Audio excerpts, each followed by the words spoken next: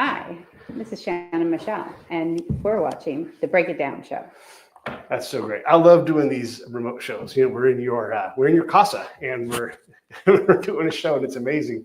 You and I have both been through a lot of things in our lives. You were actually on Hal's show, the Crisis Victory show with Hal, who's been through a lot. And as we go through life, we start to understand what it is to be a little easy on ourselves, to allow these miracles of rebirth and growth to happen. But it's all easier said than done, though, isn't it? It's so much easier said than done, because we tend to, at least I do, I tend to go on repeat of kind of previous ways that things should be done. And then I realize that I have to relearn a different way to do my life. So, yeah. I'm fond of saying there's 100 ways to skin a cat and there's 100 ways to not skin a cat, and they're all the same way. Yeah. You know, it's so you're just like, what does it matter which way we do it? And I learned this. I agree. When I was in Iraq, we were trying to understand the culture of the place. And I'm like, why am I trying to invent their culture for them? They already have one. If I can accomplish my goal on their path, it's on me to be uncomfortable. Yeah. It's not on them. Yeah. And that opened a whole new world for me where what I thought and how to do something really was insignificant, because there are so many other better ways to do something. Absolutely. Or just other ways that accomplish the same goal. Yes. It's also coming to a point where you realize you don't have all the answers, and you don't need all the answers to live through life. And that's a hard one to kind of get back in line with. Like, if you don't know, that's okay. Just ask. If you can't do it, that's okay. You will learn. Like, there's a freedom in allowing yourself to move through life at a pace that is not trying to know answers, fix everything, and support everybody and do everything. Mm-hmm. Yeah. So. Yeah. How does that impact your relationship? I mean, do two people have to be going at the same, in general, yes, they have to kind of be going the same speed, right? But when you go through something as traumatic as what you've been through with your accident and everything else, like, how does that impact a relationship? Boy, that comes to me with a lot of levels of different types of relationships. But generally, again, I have learned that the people that are in your life, and they stay no matter how things turn out. Mm-hmm. And there's people who fade away because they are not interested in a relationship with you in the way that you've turned out, post trauma, post whatever layer that you want to add to it. But that people do change in the way that they respond to you, and that's on them, not on you. Right. I feel. So. And how much of that exchange is you saying, and you don't belong in my life anymore because I am a different person? Yeah, I think that's a really beautiful way to say it. I don't know. I've realized that I'm just not responsible for everybody anymore. And I think I used to live my life in a way that I thought I was responsible for way too much. So if somebody's not in my life any longer in a relationship, whatever format that is, I don't take it personally. I don't take it like there's something wrong with me. I don't take it in a negative. Yeah. I take it in a positive, because I know that we're all here to learn from each other and do certain things. And some people are just not supposed to stick around. You know, I'm 55. I'm not the oldest person in the world, but I've been around. I mean, 40 years ago, I was in high school. And the fact of the matter is if you are a person like me who collects people, some of them fade in and out of your life, and also back. Yes. And so, like, hey, I've been raising kids for 20 years. Of course, I was too busy to hang out with you. And it's like, oh, welcome back. Yeah. You know, and so that understanding, look, as much as getting old is not like the best thing in the world, it also is the best thing in the world, because I agree. You can have all these wonderful gifts that you couldn't appreciate when you were 16, 40 years ago.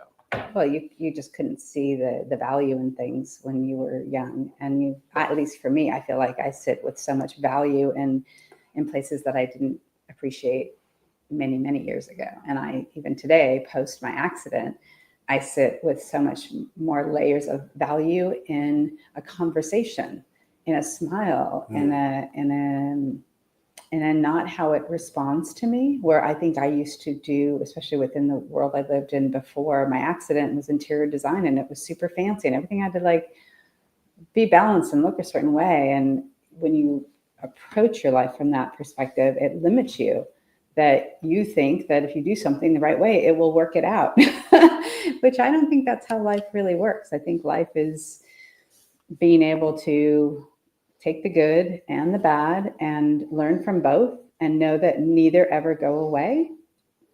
So, yeah. I like it. When you think about, well, let's stop burying the lead here. Let's get into the accident thing. So you're in this horrific accident and really shouldn't even be here. Like you should be dead. And so you've managed to somehow survive. And then you get to pick the pieces up. And that all sounds so horrible, but also, holy shit, you're alive. I am. And you have all these wonderful pieces. I do. And then you continue to like find ways to deal with it. So let's talk a little bit about the accident and really your rebirth. Yeah. So it was a definite rebirth because I know that I was mid-state and came back. And the idea that I even came back is such a miracle. And that you and I are just sitting here talking today, and that I can even have this conversation is even another layer of miracles that have just grown into my life. And see, here's my TBI. I was answering a question, and I can't even remember what the question was. Well, we were getting into the accident, and you were talking about the rebirth.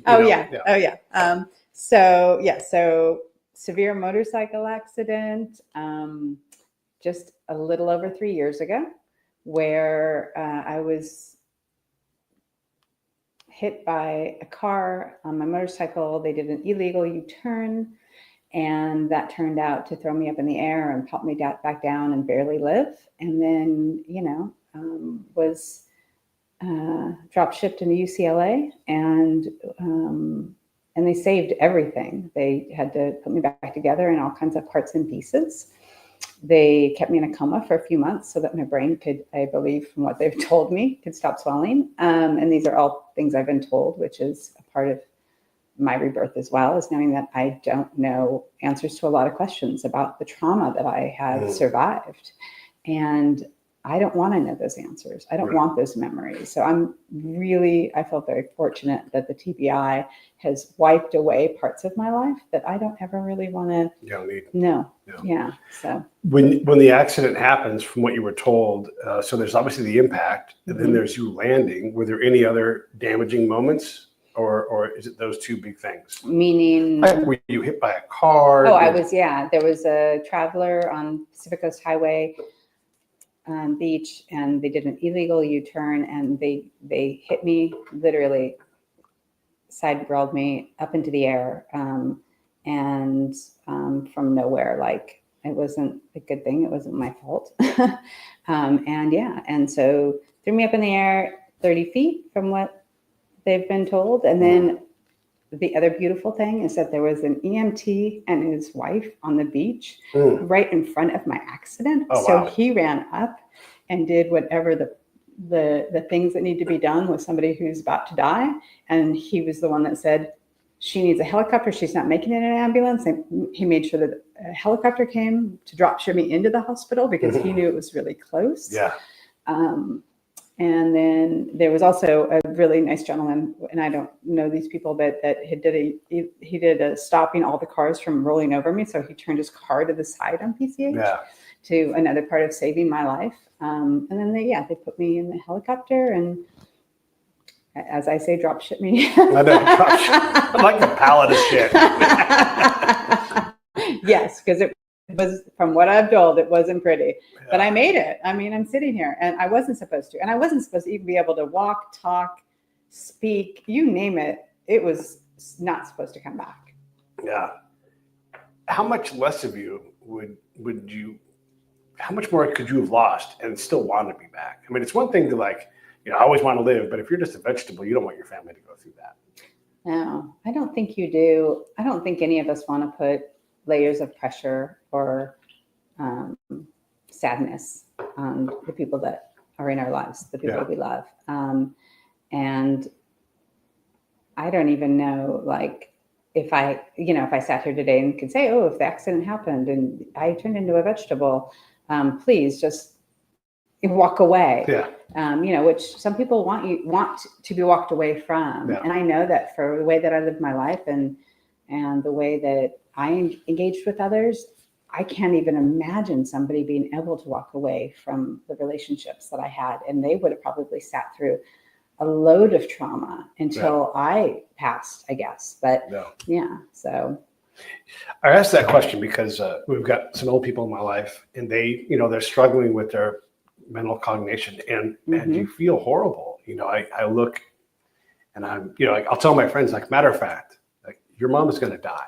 Yeah. You have to act like it. Yeah. And that means you got to be the boss. Yeah. You can't be afraid of these things. Yes, they are scary, but you have to go forward. By the way, here comes 15 new kinds of guilt that you didn't even know existed when you just loathe your mother and all these other things that come with it. And you're just like, I'm such a horrible person. So there's all this damage that is happening, and you can cognate your way through it. Yeah. But it's horrible. I would never want my daughter to have to go through that. And you don't get to pick. You don't. My daughter just went through this whole thing with me. I mean, she was in her first year of college, and she, got picked up. And by the way, your mom's almost dead. And then back down, and then sat there, held my hand while I was in a coma, not knowing what she was going to get back. They didn't even know if I was going to live. And then that's my daughter going through all of that trauma because of the trauma that's happened to me. And that it's difficult, but I don't think we're in charge. I want to say that we want to think we are, is to how to do the right moves, but that's again, thinking we can control the outcomes. And I just think if you can try to start living your life from a place where you're not trying to control every outcome, that's a much safer place to be. When you were in a coma, like from the moment of impact, someone else is in charge of your life. Was that primarily your daughter, or who was making the calls for you? So no, the person making the legality calls was my ex, my daughter's father, Brian. He was in charge of the bells and whistles of what surgeries, what decisions, hand in hand with her. But he was the one making the final, those were the final calls, was through him. So she went through that part with him, but not in the responsibility of, next decision on a surgery, next decision on a hospital, all the layers that come with this kind of trauma. It's a lot of decisions as an adult could barely make, Yeah. And had you known, Ryan's going to be in charge of me in all these incredibly complicated, serious life and death ways, would you have picked him? Or, yes. My daughter's mother, we get along great, right? But it wouldn't be appropriate for her to do that unless it happened to be she's the only person to do it, right? Yeah. So, and not that I don't like her, we get along fantastic, but so you would have picked Ryan though? I would have picked Brian because I respect him, and we have even though we're not in a relationship, everything about each other matched. We respected how we made decisions, how we raised our daughter, how we did our businesses. All of that was there. Now, he definitely loves the day that he's going to be hands off. He's been asking millions of times, when am I not the Living Trust, whatever. Right. And I'm working on that for a Father's Day gift. But then I have to think about all the decisions, and I have to put somebody else in responsible. And now that responsibility is going to go to Grace. Yeah. So there's a fantastic book in this realm, and it's by a guy named Dr. Atul Gawande, who actually has been in the news a little bit because of he's involved. He's one of the organizations that President Trump is cutting things on. And so I saw his name come up. Yeah. But he's remarkable in that he's I'm an oncologist and I'm taught to save everybody. Yeah. And so we'll go to these great lengths for a 0.5% chance that they're going to make it. And it's going to be extremely expensive, extremely painful. And I have come around on that. And I'm sometimes the answer is let nature take its course. And I'm paraphrasing a lot of books. I know. But there is a big responsibility. Look, we're the sandwich generation. And so there's a big responsibility to is this Grace's job?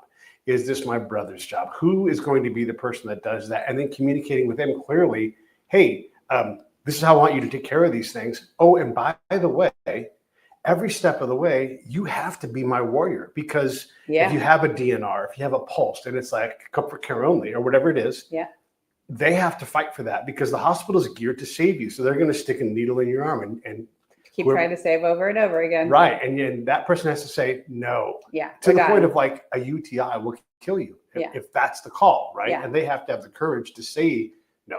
Yeah. And that's a very, very tough thing. We don't want to face that. And I know like your whole thing isn't honestly about that, but these are realities that we're facing. And you didn't know this was coming. Oh, I did not know this was coming.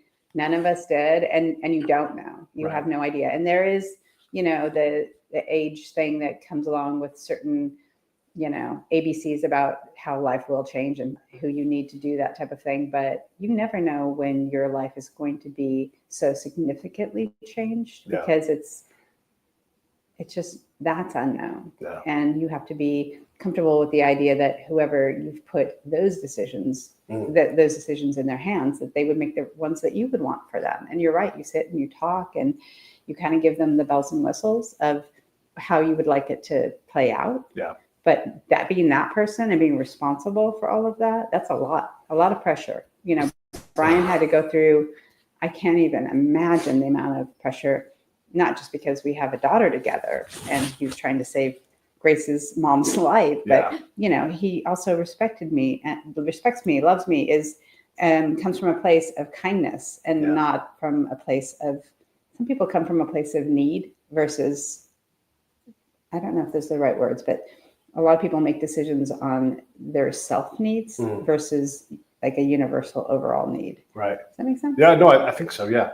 There's also he is possibly going to be the only parent for Grace. Yeah. The entire time. And he's on this tightrope and it's gotta be terrifying. Oh, and by the way, everybody has a life to live. Yeah. And you have completely overwhelmed all of that. And they're all fine to take care of, but at some point you're like, I have to go back to school or I have to quit or I have to get a different job or all these things that come into play. A friend of mine lost his life this summer. He was stung by a couple of wasps and they killed him. And 100 people a year die from wasp stings. Wow. And it's not so much like, is he allergic? Because who gets tested for that? Yeah. But everybody gets some kind of swelling when they get stung by a wasp and it hit him in the neck. And that might have been it. But there was a non-zero chance that he might have lived with the important part of his brain being dead. Yeah. And you just think about these things and you're like, that is falling into someone's lap right now, where we all have to do that. And I mean, that's life, right? This is all part of this whole thing. And so does it change how you live when you think about what tomorrow and 10 days and a year from now is, or how does it, that reality that you could be gone? I live a whole different life than I used to. I'm a whole new me. I was literally reborn into, the core is still the same, the person is still the same, but my beliefs of what I find important and what I do to stay present every single day is the only way that I've been able to survive. And not that goal has not been an easy one now that my brain's getting even stronger and better, or whatever words you want to call it. But to just stay present with a decision each moment of each day is not easy. Yeah. And that's what I do. I just don't give any, I don't give any importance to how things turn out. Yeah. I just do the best I can in each moment. And that's working out for me. Sometimes, this is just Pete talking, but sometimes the best I can, like this morning, I was struggling to get out of bed, a little bit depressed, a little bit tired.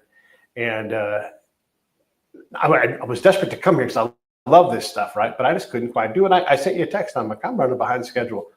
Turns out I run my own schedule. So, I can change it. But sometimes your best is exactly where it is. And you can't see my hand on the camera because it's down low. You don't have to jump over. And this is the thing I had to teach myself. As a combat guy, we'd work 16-hour days normal, 20, 36-hour days all the time. Wow. And you're stressed because it's life and death. You're playing the game right then. And it remains, but it was really hard before to turn that off and just go, today the bar can just be on the floor. It can. And I can just cancel today. I can go for a walk. Mm-hmm. One thing that I noticed about you, and this is just me noticing things, but you are not in a rush for anything. Nope. You don't have that panicky go kind of thing. It's not that you're not motivated. I'm very motivated. Right. But you don't have that anxiety, that anxiousness, that rushing that comes with a lot of professional things. I agree.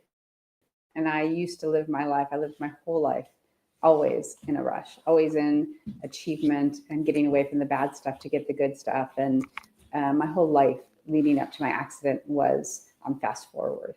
And now I'm not. I again don't put any value on if I show up on time or if it comes out the right way, or I don't care. I just be. I don't care about the end result as long as I'm doing the best I can in each moment. That's all I can do. So being in a place where I have bad days still, and I wake up and some days are a lot better than others now, but there's still bad days, and there's still days there I don't want to pull myself out of bed, and I don't, all I want to do is like have somebody bring me coffee, please, all day or something. That's just like, that would be a great day. Can I just do that all day? And I've come to another place where I just let life happen every moment.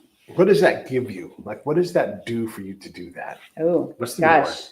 The value of that is not having any moments of stress, not taking on responsibilities that aren't mine, because it's so easy to take on a responsibility where you're, if I do this, I'm going to get that. And I don't take any moments and think that things are going to be a certain way because I do a certain thing. And that is living life from a place of presence. But it's mostly living from a place of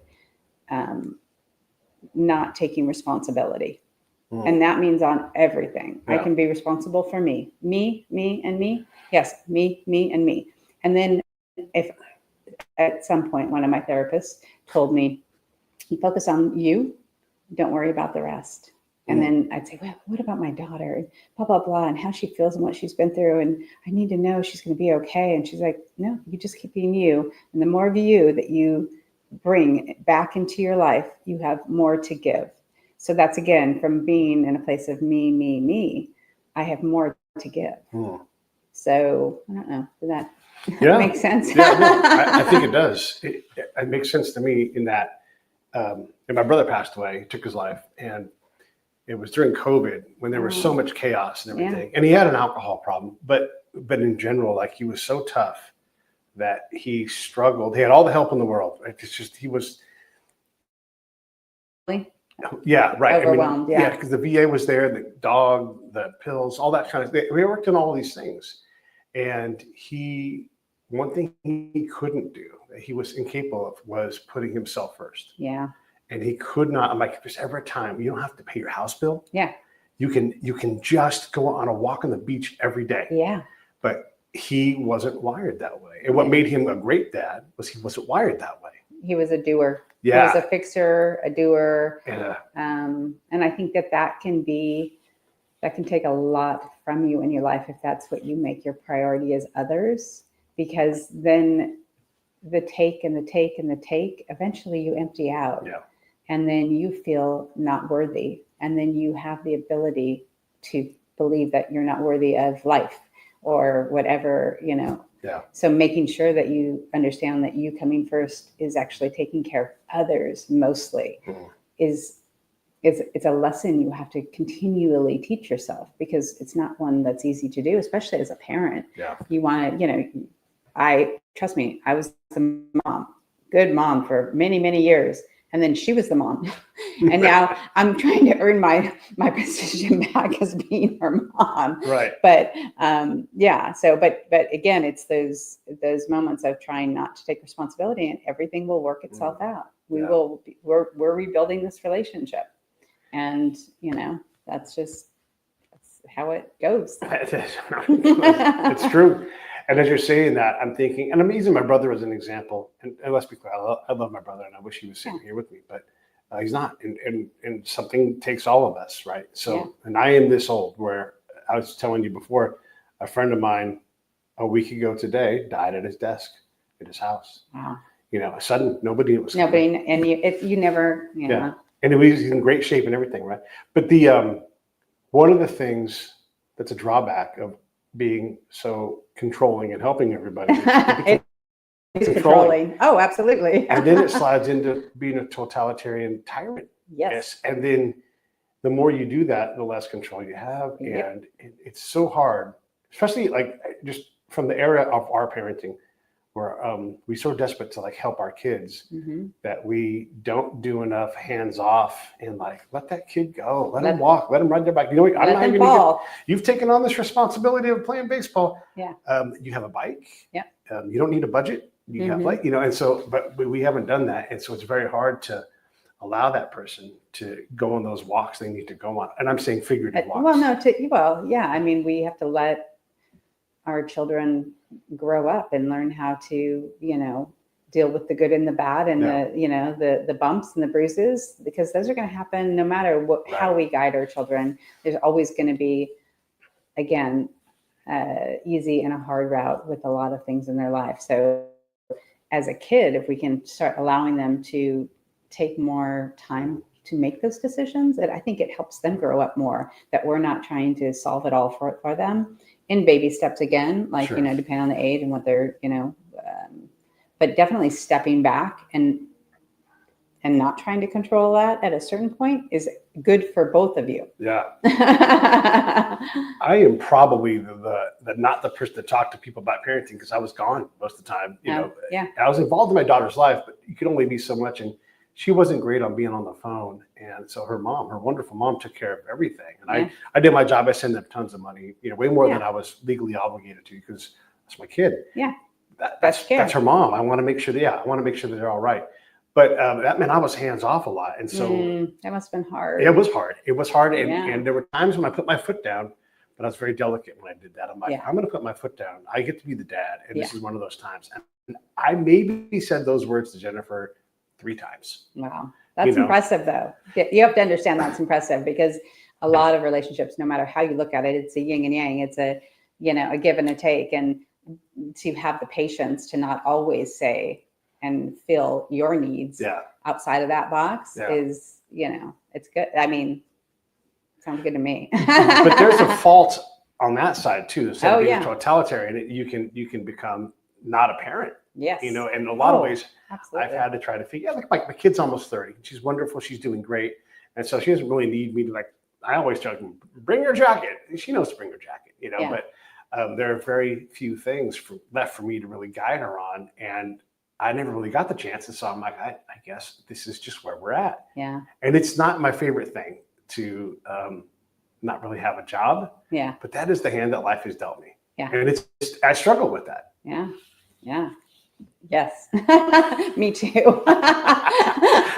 Not working for the last 3 years has been a difficult struggle. So I understand that feeling where your life has changed. Again, it's control issues. Like, how can I lead the best life as a father, as an employee, as a homeowner, layers and layers. But life changes, and not working is a difficult thing to process through, because you think you lose more control. Yeah. But you don't have to again. Yeah. You just have to make different decisions, I think. How? Yeah. I mean, for me, I think my first thing was just trying to make decisions that were out of needs, not wants. Like, what do I need? Do I need that coffee or that coffee? Well, that coffee's this. Like, it's just decision making in a financial way. I had to start making decisions from a more practical position, not working, to not have to lose financially as much as I had built in my career and universe of life, Yeah. Yeah. Yeah. When you think about a decision like coffee, it's super easy to be super precious about coffee these days, Yeah. And I only started drinking coffee in my 40s. It just wasn't a thing that I did. And it's more for me like a ritual and a social fellowship kind of thing, And so, like, there are plenty of days where my special someone gets up and takes off to go to work. And I go, oh, I forgot to drink coffee today. Like, it's just not a thing for me. but I find myself like drawn in, like, oh, I got to get this fancy coffee. Because I don't even know how coffee tastes. If I have really good coffee, I'm like, oh, that is good coffee. Yeah. But it's got to be like a certain thing. Otherwise, I don't even notice it. And so I agree. But we invest so much of ourselves in these decisions, cups, and all these things that come with it. And you're right. A lot of it just doesn't matter. It really doesn't. And you don't realize it doesn't matter unless it's all lost and you have to make decisions from a different perspective. You just get used to how you live and your choices that you make because that's your environment and that's your whatever, your wallet, your bed, whatever you want to pull into that mix. It's like, it's what you're used to. And again, adjusting back to something different, something new when your life changes. But that's to me, again, it's a blessing. It has been like for me to actually think about what I pick up at the grocery store, because I really should only spend this amount of money right now. Like those being practical will, I think, stay with me in a way when I make a decision when I'm not having to be as practical in the future. But we get used to it. We get used to the options we have. Yeah. I went through a lot of my own problems, post-combat, because I was so keyed up, switched on, and living on my body on the edge. My body chemically responded to that, so I could stay on the edge. And so I struggled for a lot. Didn't know, but I was struggling with what reality was. I was living in our world, but my response to everything was 25 instead of 2. So I would get into. I hate to say, I'm not an angry person. I'm way less angry now today than I can't even imagine you angry, so that's just a funny comment to me because you're like a very calm person to me. I've had to work at it. Yeah. I've had to work at it. But that's life, right? Yeah, right. No, absolutely. Yeah. And I guess that's sort of the thing I'm saying is like when you talk about these miracles that happen, I always say I have the misfortune of having a lot of time in combat. Yeah.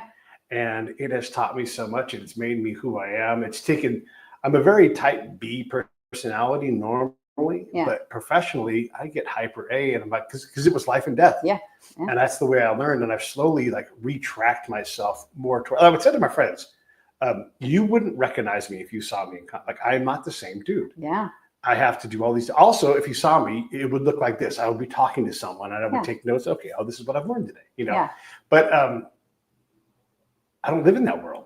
I live in this world. Yeah. And it's your new world though, right? I mean, to me, that's what I have had to learn is that it's okay to be this new person in this new world. And that is, we can't understand even being so different, but when it happens, you have to be okay with it being that different, so your life has changed and you went from being, if you put from going to A to B, but you've become a new person as well. Yeah. Right. Yeah. So. Yeah.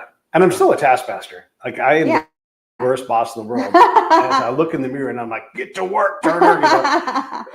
So you don't know how to do self-kindness sometimes. So for sure. Yeah.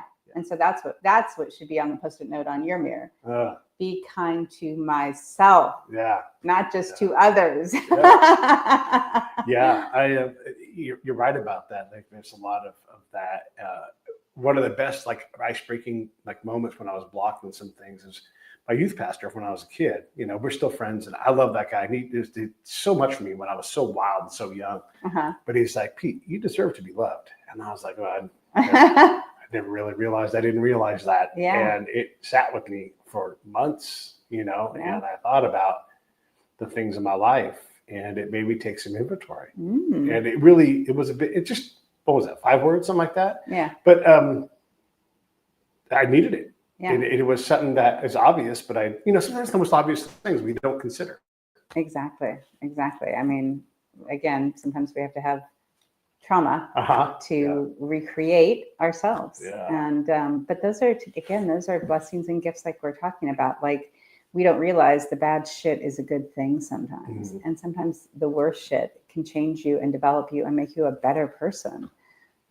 Yeah. I used to work as a handyman back in the olden days. And one of the things you learn is that we all have too much stuff. Yeah. So people would hire me like, hey, help me go through my garage. And I'm like, I want to take care of everything in the garage. but if you'll let me, I'm going to get rid of a lot of stuff. Yeah. Just let me guide you on this. And they'd be like, would you please? Yeah. And I'm like, hey, look at these 15 pictures. Outside perspective. Yeah, look at these 15 pictures in your garage. You going to put them on the wall today? Because we can right now put these on the wall. I don't know. Then they're going in the trash. And you're like, oh, man, this is like a really tough decision. And I'm like, I am glad I can do it. We can go change tools real fast. Yeah. And you're like, you know what? You're right. I don't need those. Yep. But we become so precious with these things. Like someone in my life, they lost their parent. And I'm like, hey, look, here's the reality. No one wants that shit in their house. No. It's valuable to them and they're dead. Yeah. And that's hard, but that's the reality. And so you're going to take stuff to the dump. Yeah. You're going to offer it to people for free and then be like, yeah, no thanks. Yeah. And so we do put a lot of value in things that literally have no value. You're an interior designer. How many people are asking you for a shrunk? Yeah. To create more closet space or a hutch full of china. Yeah. Yeah. Nobody wants that stuff. Yeah. Yeah. Yeah. And I think, again, the people we allow in our lives to help see ourselves better is of value. And we do hold on to a lot of shit, for no reason. Right. And this is going to sound silly, but I just literally have been going through like my closet and my daughter's room and just literally creating piles. Yes, no, maybes. And then getting rid of probably more than 50% of what's in there because it just doesn't need to be there. Right. And it takes too much time and energy to even sort out why it's there. Like, what? I wouldn't wear that. I mean, yes, it's nice. It's cute. It used to look cute on me or I don't know, whatever. But it is finding the sequence of self-care and not having that be equal to the value of what you own and how you look and what you do. Those are those are different perspectives. There's two different ways to lead your life with stuff or with being present. Is this what's part of stepping into your miracle? Is that what it means? That's a good question. Yes. Gotta celebrate when you have good news. Good. For me, I know that what sits here today, as messy as it all has been, is a miracle. And the goal for me was to share this journey with others that have gone through trauma and can find their way out in a positive way, like for them to, even with the mess, for you to see yourself as worthy. That's the goal for me of this book. I am a miracle sitting here. I am really, my goal in my life now is to share with others how little control we have, but how much control we have over each moment.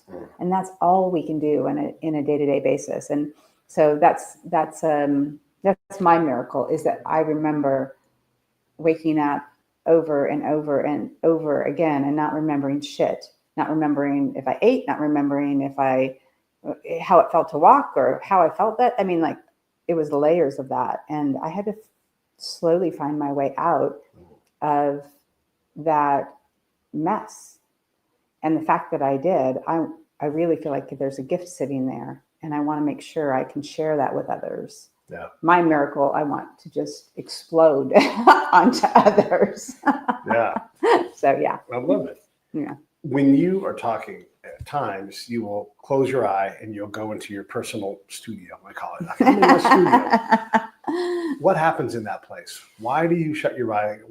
Have you thought about this? Yeah. Oh, yeah. Good. Because I do. I still sit in different layers of living within recovery. And I know that if I'm accessing what I call the deeper parts of my brain that got deleted, I sometimes have to close my eyes to focus and to sense what I want to say next. So I just sit here awake and present and connected more by not viewing things. So I shut my one eye, because I usually have this one covered. Yeah. Are you shutting your right eye though, physically? I shut both.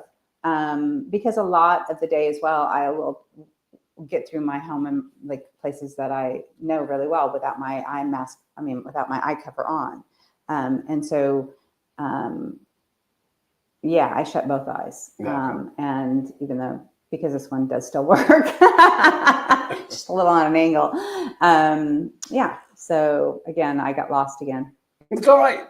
We are exactly where we need to be, because Exactly. we have these things like, because I wanted to get into like you waking up or wherever you get, but I first wanted to talk about your studio and what it's like in there, because there are times where I have said enough words in my life that my brain will shut off and it will just be like a machine gun, and then I'll stand back and I'll go, there, that was in there, and I let it out, because there is a process that we all go through and we learn certain things. And even though I haven't ever thought about that sequence of words, it's already programmed. And I enjoy these moments because I'm like, I know this stuff so well. It's automatic. It just comes out and I can hear me talking. One of the things you learn when you do a podcast, and we've talked about this, is I'm paying attention to you. I'm paying attention to me, the show, all these different things. I'm monitoring them. Yeah. And I can manage all these things. So when I get into that mode where I say something and it's authoritative, it's smart, I'll just sit back and look at my phone and I'm like, look at me. Did I just say that? Yeah, it's amazing. And that comes a lot of times from me being in the studio and thinking about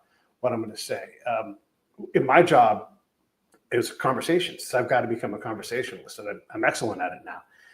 But what I would do is I would think like, the question I want to get answered is, where are the bombs? Yeah. And so what's the question before that?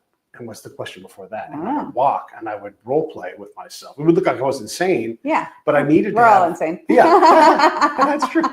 I needed to have all the words. I needed to have swam in all those conversations. And so part of that is getting into the studio to like clean everything out. And so that's why I think about that. The other thing I wanted to mention to you about when you close your eyes and go into your studio is it appears that your voice slightly changes. Ooh, And to me, my guess is that a bit more emotion. Oh, yes. When you get in there. And so your voice is a little weaker. I would say weaker, like in terms of like forceful. There is more in when I speak my words. And sometimes when we really feel what we're saying, you can hear it and sense it as well. So the fact that my voice, that makes sense to me. And at that moment, I know sometimes I'm just like, awake and alive brain-wise. And sometimes I just feel taken from, but when I close my eyes, it's just however I'm feeling. So I don't know, there's a part of that probably comes out, but I didn't really think about that. So yeah. Yeah, but you are redirecting energy within yourself and how you think about these things. And so you're not as aware of your voice when you're doing that, right? And you don't need to be, right? No, you sound fine. I don't care. And I'm only noticing this, maybe 100 conversations before I really figured in, if I even bothered, who cares, right? But I'm paid to notice things. And so I notice these things and I bring them up because I know you've thought deeply about a lot of things. I have. That makes me laugh because I think about, with such a traumatic brain injury, like the fact that I think deeply is like not how I would have imagined words coming out of somebody's mouth speaking about me. But I do. I go deep, and it's the only way that I can go deep is to stay present. Because we're going to have this conversation, and I'm only going to remember a very small part of it. Yeah. And I love that I'm going to be able to play this back and get the reboot to link into my short-term memory limitations. But yeah. Yeah. When you think about your past life being, and really what I would say, a very successful high-end interior designer for very wealthy people. Yes. In a place with very wealthy people. So you're like, it's really incredible. How much do you miss that work? I don't miss the work. Okay. I love that it's in me that I could do it again on a certain level if I needed to. But I don't miss, because I was such a caretaker within my work. Not all designers are caretakers, but I was a very good caretaker. I wanted to make sure that I connected with my clients. I did the right thing. We bought the right stuff. It was the right price. Like, there was always me trying to like kind of monitor how I did my work. And I like that I've come to a place where all I'm really doing is monitoring my own life and not trying to fix others. Because when you go in with whatever you're, helping somebody with, whether it be a car repair or therapist or a designer, it's in need of help of some sort. And I know that I don't want to be in the place of helping people visually make things look a certain way. Right. Versus, having a conversation with somebody and finding interest in what they're doing and saying and making sure that's a good balance. So that's why I don't think I have this desire to get back into that world. And I have a desire to still help others now that I say that out loud, but in a way that is just staying present, communicating how and why things worked for me emotionally, physically, all of it, so that others can gain from my beautiful miracle. Yeah. Yeah. Your book is called Step Into Your Miracle, and the subtitle is Transforming Trauma into Triumph. And you've completed this. It'll be out next month in May. Right now it's April. Well, basically April. Yeah. But it'll be out in about 45 days, something like that. How excited are you? How hard was that, given your limitations with your brain and everything else? It was honestly perfect, because I was living things moment to moment. And so I didn't even realize that I had written a book, but it was already in my phone, because I had been talking my story into my phone to remember my shit. And then the process of just letting go of how it comes out and how it works and not trying to control it has been the way that I've been able to step through each of these. And I've been surrounded by beautiful, thoughtful people who have supported me within how to get it done to where it will become a book. And so it's been, again, another part of my brain growth journey. I needed to be able to relook at my life and how far I've come and remember where I came from to be able to appreciate each moment. And this book for me does that. And this book, even when I listen to it, because I listen to it on Speechify to hear my voice in my story. And I'm like, I'll be like, that happened to, I couldn't, And then it's like, creates these beautiful levels of kindness to myself, love for where I've been and where I've been able to come back from is, it's a gift. What is the nature of a gift? Is it a gift of wisdom? Is it a gift of love?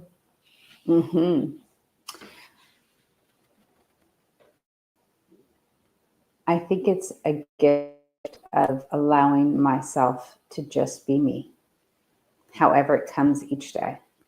However, whatever words come out of my mouth, whatever, I don't know, whatever I decide to cook or eat, or whatever that each moment of each day is just each moment. And that to me is not an easy way to live your life, from a place where you're not trying to, again, direct your life and get certain things by doing certain things. And that I don't care anymore. I don't find value in stressful, meaningless decisions. No. This is an odd parallel, but I think it's going to work. So in my former line of work, being a spy, exchanges like this are part of what I do. And when I got to really being at like what I would call the black belt level, I no longer needed to manipulate the conversation. I could be there, right? Yeah, I take my hands off the rein of the horse and let the horse run. Yes. I'm going to end up somewhere good. Yes. I'm too good to not get something good out of this, right? And so when I became comfortable with that, I could be in the same room as a bunch of other collectors, but I'll get something at a higher grade than everybody else because I'm not focused on the thing. No. I'm just allowing something to get there. And when I get there something, I'm like, oh, stop here. Mm-hmm. What? Tell me about that. So, but don't you think that's just being able to stay present? Yeah, I think so. Yeah. Because that to me is, again, the big gift is just stay present. Yeah. That is the only thing we can do with each day. Yeah. So what you're describing is you allowing yourself to stay present brought you miracles. Right. Yeah. No, absolutely. The conversations I would have, I would realize like there was these, because I know what I'm supposed to know, right? Mm-hmm. I know what I'm supposed to ask. And it's great because all these military people are so precious. They're like, oh, Pete, I thought of the question you need to ask. Where are the bombs? And I'm like, oh, no shit. That's one of the questions. Oh, I never would have thought of that. Whatever. They have all these questions, but reality, we don't know what we don't know. And so my job is to illustrate that. And one of the things I figured out is this working? Are we just running around doing a whole bunch of stuff and accomplishing nothing? Mm-hmm. And a lot of times that was the case. Or that person who's on our side is accomplishing the opposite of nothing. They're accomplishing negative somethings. Yes. And that's a good point. Yeah, it was enormously. But that doesn't sound like, well, Pete, that doesn't sound like you're being a very good spy. And I'm like, oh, yeah, because I'm helping the boss win more and lose less. Yeah. And if limiting our losses causes the bar to go up, every commander will take those wins. Yeah. And that's taking the hands off the reins. I don't need to focus on threat. There's a lot of people focused on threat. Yeah. If I focus on the other things, instead of looking for a needle haystack, I'm standing in a field of needles. Yeah. Yeah. Oh, that's a beautiful way to put it. Yeah. I like that. That's good.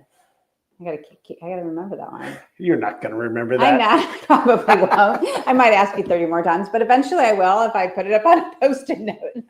I see it enough times, but that was a good one. Yeah. I am like, and again, I'm such a visual person, always have been. So I'm like sitting here trying to visualize it so that because I do know that when I see something, I can retain it more. Yeah. You know, so I'm like visualizing that picture right now. Yes, field of needles.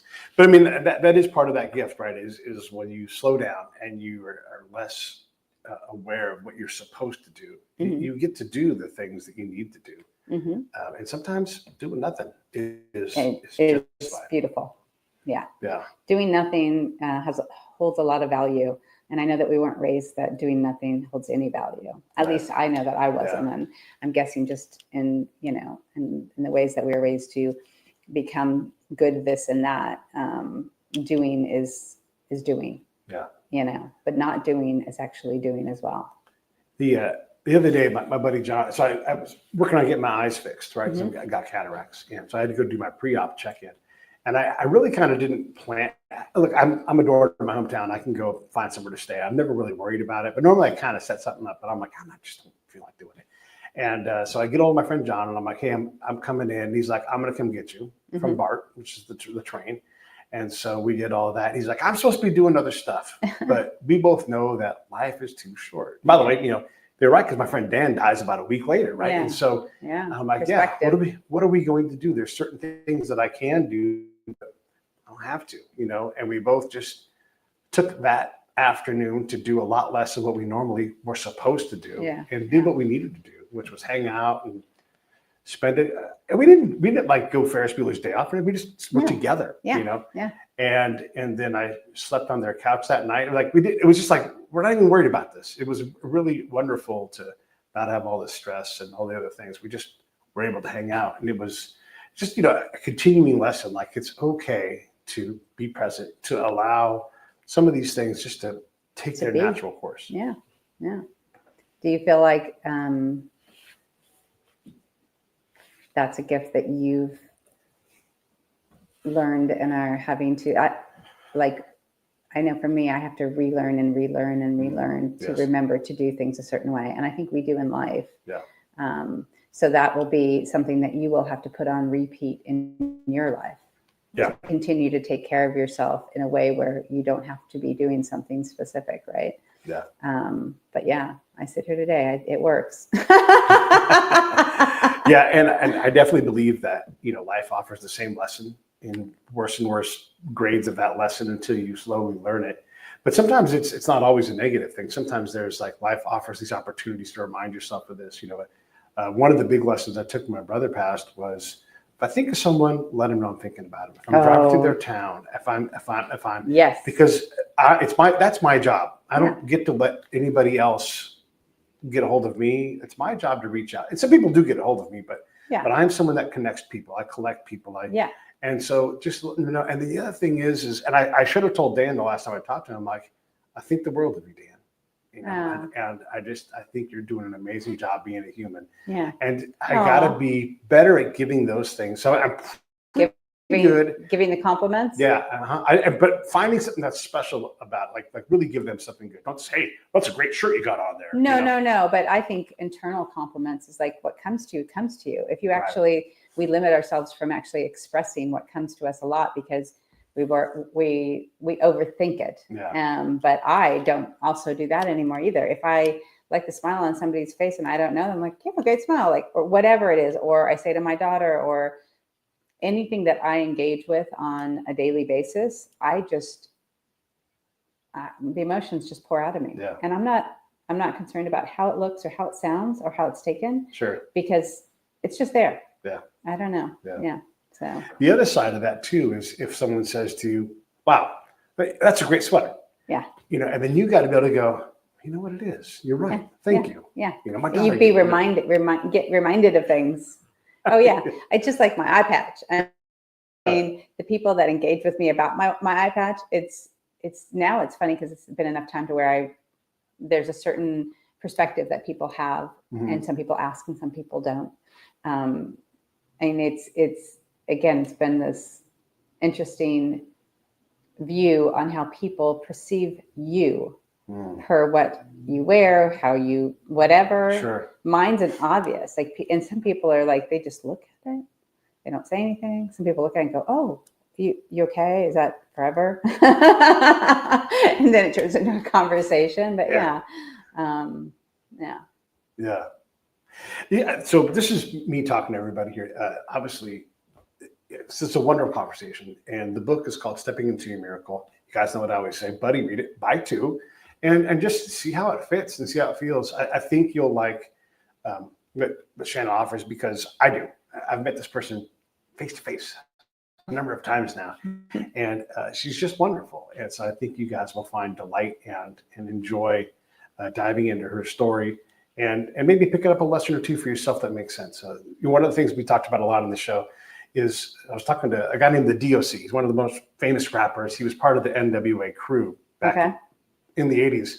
And his girlfriend, Erykah Badu, she's like, you carry stuff around that doesn't belong to you. Ah, that's a good statement. And so he's like, I better put this stuff down. And then she said the other smart thing, she's like, and if you realize it belongs to you, pick it back up. Yeah, you can keep it.